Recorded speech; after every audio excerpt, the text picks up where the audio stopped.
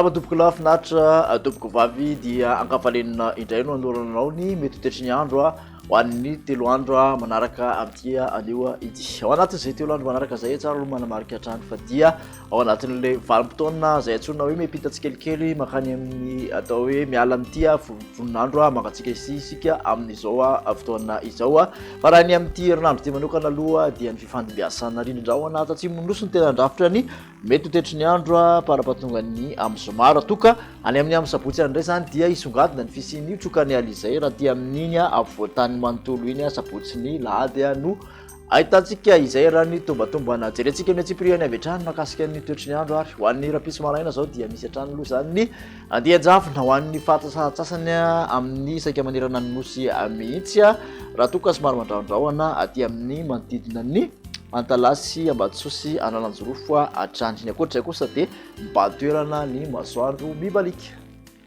Tolakandro kosa indray dia somary misy orana malefaka orana mahalana filaza azy aty amin'ny morotsiraky ny ambatsosy analanjorofo sy maro anjetra hatrany antala ary ny akoatr'izay dia mibatoerana ny masoandro mibalika.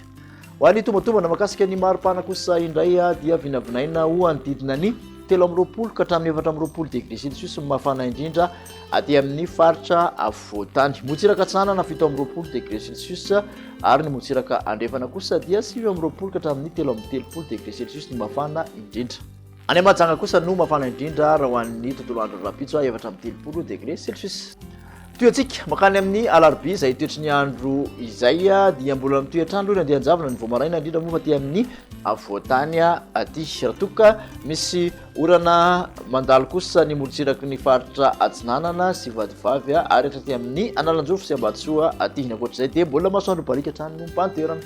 Raha ny maripana voavinavina ho an'ny alarobia kosa indray dia 13 degré celsius mafana indrindra ty amin'ny faritra avoatany 17 ka hatramin'ny 19 any amin'ny motsiraka atsinanana iny 3 ka hatramin'ny 13 motsiraka andrefana manodidina ny 13 mafana indrindra manerana ny nosy any Mahevatanana Antsohi ary Mahajanga no ahitana izay.